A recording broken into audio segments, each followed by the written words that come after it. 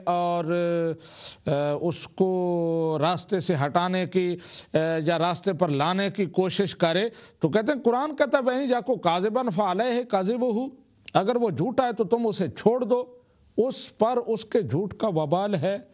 تو ایسی بات نہیں ہے، جھوٹے کے جھوٹ کا وبال صرف اسی پر نہیں ہوتا بلکہ پوری قوم پر ہوتا ہے، معاشرے کے لوگوں پر ہوتا ہے۔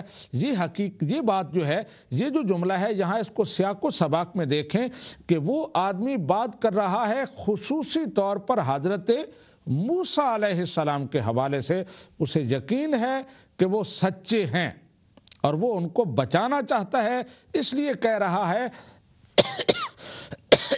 کہ اگر تم فرعونی ان کو جھوٹا سمجھتے ہو تو تم انہیں چھوڑ دو، ان کے جھوٹ کا وبال انہی پر ہوگا۔ اس کے دل میں تو یقین ہے کہ وہ سچا ہے اور اس کی کسی بات سے کسی انسان کو کوئی نقصان نہیں پہنچے گا بلکہ فائدہ ہی فائدہ ہوگا اور نفع ہی نفع ہوگا۔ تو اس لیے اس کی یہ تعبیر کرنا وَإِن يَكُ كَاذِبًا فَعَلَيْهِ كَاذِبُهُ کہ جھوٹے کو چھوڑ دیا جائے، اس کی مہاریں نہ پکڑی جائیں، وہ جو چاہے کرتا پھرے، اس کے جھوٹ کا وبال اس پر ہوگا۔ کسی کو کیا پڑی ہے کہ اس کے خلاف پروگرام کرے اور لوگوں کو بتائے کہ وہ جھوٹ بول رہا ہے اور تمہیں گمراہ کر رہا ہے، تو ایسا نہیں ہونا چاہیے۔ تو میں عرض کروں کہ ایسا اس کا یہ مفہوم نہیں ہے، بلکہ یہ خصوصیت کے ساتھ حضرت موسیٰ علیہ السلام کے حوالے سے بات ہے، اور وہ جو ایماندار آدمی تھا آل فرعون میں سے، اسے یقین تھا کہ آپ سچے ہیں، تو وہ فرعونیوں کو کہہ رہا ہے کہ تم اگر اسے جھوٹا سمجھتے ہو تو تم انہیں چھوڑ دو، اس سے تمہیں کوئی نقصان نہیں ہوگا، اگر کوئی نقصان ہوا تو اسی پر ہوگا۔ تو سامعین و ناظرین، اب انتظار ہے آپ کی کالز کا۔ پچھلے دنوں ایک ساتھی نے فون کر کے بڑا اس پر احتجاج کیا تھا کہ آپ کالز کا بہت کم ٹائم دیتے ہیں، زیادہ آپ بولتے رہتے ہیں اور آخر میں ہمیں تھوڑا سا ٹائم دیتے ہیں، لیکن آج ابھی آپ کو ٹائم دیا جا رہا ہے لیکن کوئی کالر نہیں آ رہا، معلوم نہیں ناراض ہو گئے ہیں یا کوئی اور وجہ ہے۔ تو بہرحال جب تک کوئی کالر نہیں آتا، سامعین و ناظرین، میں نے جو پوری آج کی گفتگو کی ہے اس کا خلاصہ بھی آپ کی خدمت میں پیش کروں گا اور کالرز کا بھی انتظار رہے گا، لیکن ابھی ہم ایک مختصر سی بریک پہ جا رہے ہیں۔ بریک کے بعد پھر آپ سے ملاقات ہوتی اور یقیناً کوئی کالر ہمارے ساتھ ہوگا اور اس سے ہم بات کریں گے۔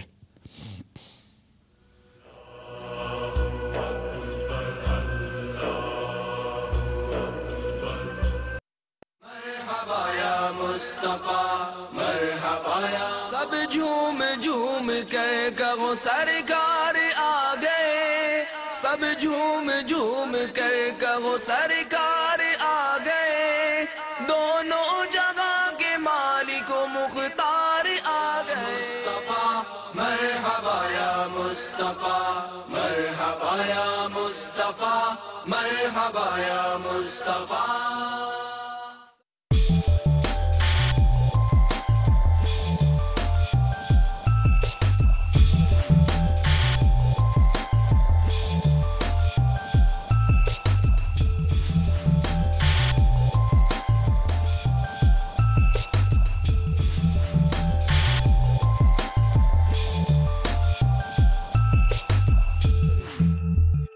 انیس سو 75 میں شیلٹن سٹاکن ٹرنٹ میں اسلامک سینٹر کمیٹی کی کوششوں سے مسجد کا آغاز کیا گیا تھا۔ اب مزید نئی مسجد کی تعمیر کی غرض سے 15 لاکھ پاؤنڈ کی مالیت سے بلڈنگ کا کام مکمل کیا جا چکا ہے، جبکہ ان سائڈ بلڈنگ کا کام ابھی باقی ہے جس کا تخمینہ 6 لاکھ پاؤنڈ ہے۔ تمام کمیونٹی سے پرزور اپیل ہے کہ اس کار خیر میں بڑھ چڑھ کر حصہ لیجیے۔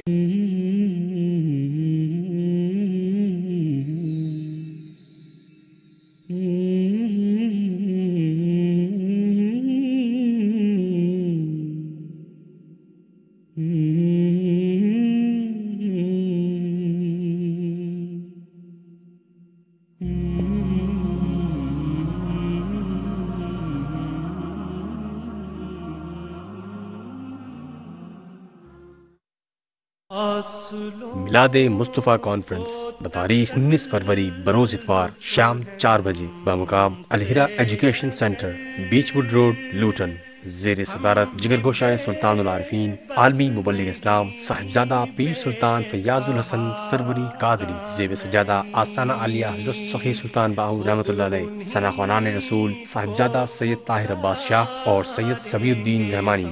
خصوصی خطاب حضرت مولانا قاری عابد حسین چشتی۔ لنگر کا خصوصی انتظام ہوگا۔ الدائی پروفیسر مسعود اختر ہزاروی و اراکین حضرت سلطان باہو ٹرسٹ لوٹن۔ براہ رابطہ فون 01582848529۔ عالمی مبلغ اسلام الشیخ صاحبزادہ پیر سلطان فیاض الحسن سروری قادری کا دورہ برطانیہ بسلسلہ جشن میلاد مصطفیٰ صلی اللہ علیہ وآلہ وسلم۔ 14واں پروگرام 13 فروری بروز سوموار شام 5 بجے بمقام لوٹن۔ 15واں پروگرام 14 فروری بروز منگل دن 10 بجے بمقام شیفیلڈ۔ 16واں پروگرام 14 فروری بروز منگل دن 11 بجے بمقام ویکفیلڈ۔ 17واں پروگرام 15 فروری بروز بدھ دن 12:30 بجے بمقام بلیک برن۔ 18واں پروگرام 16 فروری بروز جمعرات شام 5 بجے بمقام جامع مسجد بیمبری۔ 19واں پروگرام 16 فروری بروز جمعرات شام 6 بجے بمقام جامع مسجد بلال۔ خصوصی نعت شہباز قمر فریدی موئے مبارک کی زیارت بھی کروائی جائے گی۔ 20واں پروگرام 17 فروری بروز جمعۃ المبارک شام 6 بجے بمقام جامع مسجد حضرت سلطان باہو مانچسٹر۔ پاکستان کے نامور نعتواں حضرات تشریف لائیں گے اور عمرے کے 7 ٹکٹ بھی بذریعہ قرآن اندازی دیے جائیں گے۔ مزید رابطے کے لیے حضرت سلطان باہو ٹرسٹ برطانیہ۔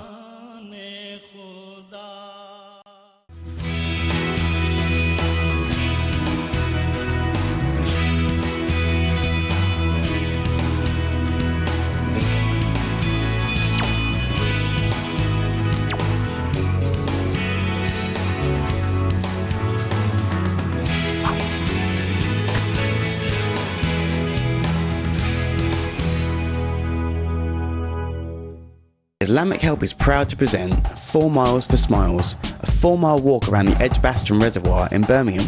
Join us and Sarah Joseph for a sponsored walk in aid of our Smiles Better campaign, providing life-changing surgery and support to survivors of acid violence and children born with cleft lips and palates.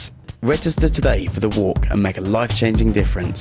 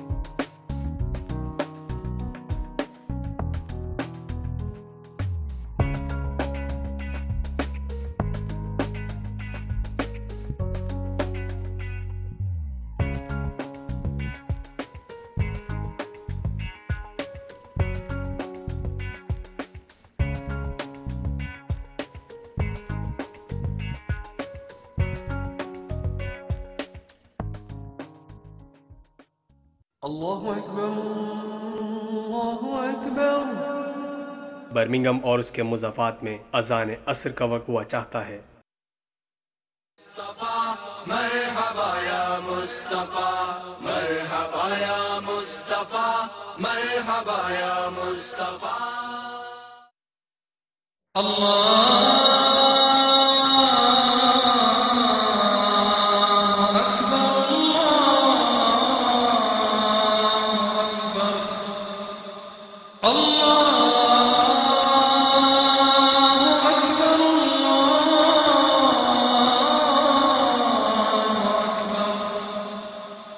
أشهد أن لا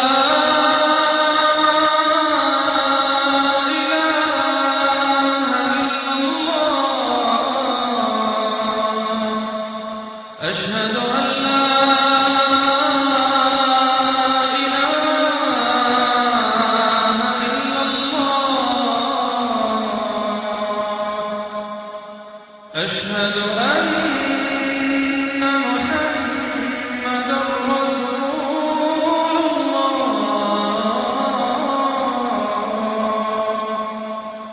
أشهد أن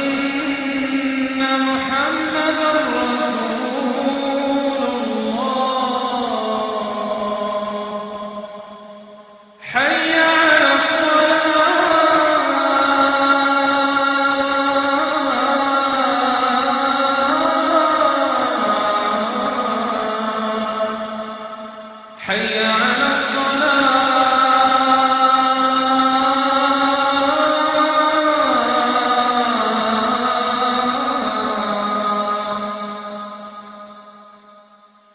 حي على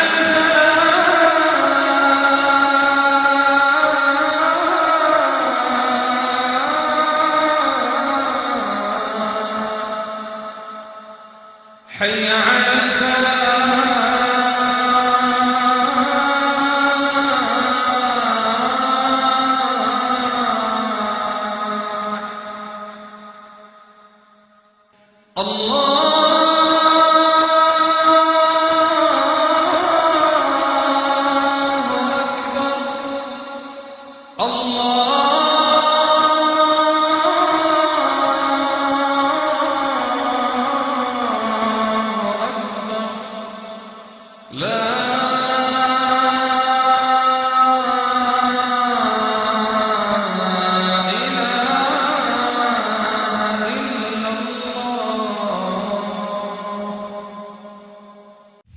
اللهم رب هذه الدعوة التامة والصلاة القائمة آت محمدا الوسيلة والفضيلة والدرجة الرفيعة وابعثه مقاما محمودا الذي وعدته وارزقنا شفاعته يوم القيامة إنك لا تخلف الميعاد.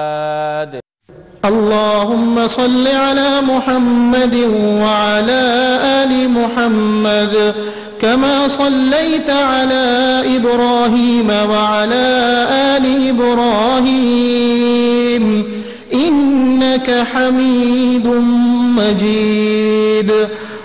اللهم بارك على محمد وعلى آل محمد كما باركت على إبراهيم وعلى آل إبراهيم إنك حميد مجيد. مرحبا يا مصطفى مرحبا يا مصطفى مرحبا يا مصطفى.